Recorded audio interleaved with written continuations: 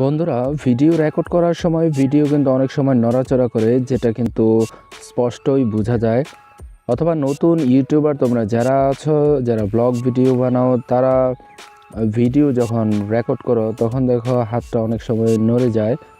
এর ফলে কিন্তু ভিডিওটা অনেকটাই নাড়াচাড়া করে, যেটা কিন্তু দেখতে অনেকটাই খারাপ লাগে। এখন সেই নড়াচড়াটা আমরা কিভাবে বন্ধ করব, আজকে তোমাদের সেটাই দেখাবো। এই যে দেখো, এই ভিডিওটা আমি একটু রেকর্ড করেছিলাম তোমাদের দেখানোর জন্য।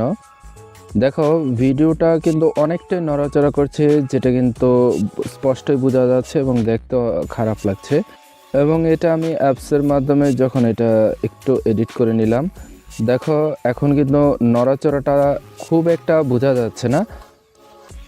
এই যে দেখো, এটা হচ্ছে এডিট করার আগের ভিডিও এবং এটা হচ্ছে এডিট করার পরের ভিডিও। তো আমি তোমাদের একটা পরামর্শ দেই, ভিডিওটা যখন রেকর্ড করবে খেয়াল রাখবে যতটা সম্ভব হাতটা যেন নড়াচড়া কম করে, এবং সামান্য একটু যদি নড়াচড়া করে সেটা কিন্তু এই অ্যাপসের মাধ্যমে আমরা যখন এডিট করব তখন কিন্তু বিন্দু মাত্র বোঝা যাবে না।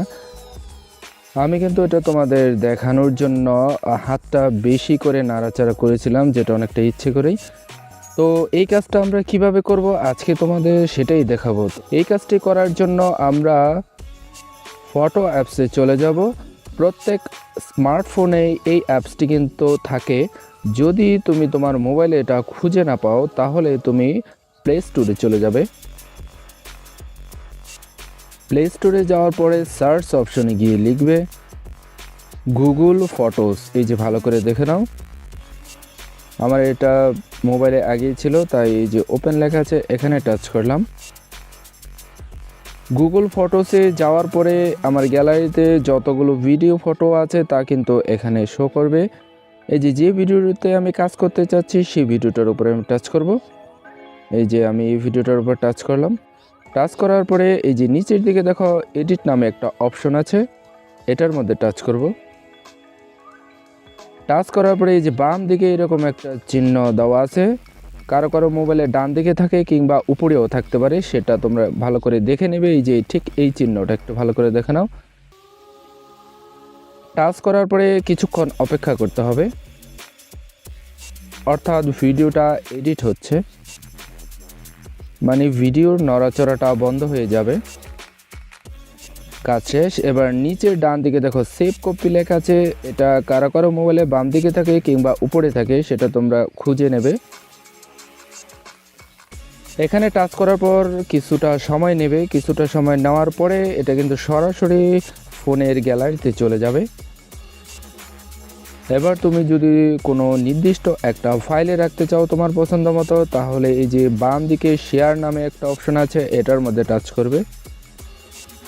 টাচ করার পর এই যে অ্যালাউ, এটার মধ্যে ক্লিক করবে। তারপরে যে মোর নামে যে অপশন আছে এটার মধ্যে টাচ করবে। টাচ করার পরে একটু খুঁজে নেবে যে ফাইল ম্যানেজারটা কোথায় আছে। এই যে দেখো, আমি এটার মধ্যে টাচ করলাম, ফাইল ম্যানেজারে চলে আসলাম। আমি এটা নির্দিষ্ট একটা ফাইলে রাখতে চাচ্ছি, যে আমি এই ফাইলটার মধ্যে আমি ভিডিওটি রাখবো, তাই আমি এটার মধ্যে টাচ করলাম। টাচ করার পরে যে আমি এই ফাইলে প্রবেশ করলাম। এবার নিচের বাম দিকে যে পেস্ট নামে একটা অপশন আছে, এটার মধ্যে টাচ করলাম।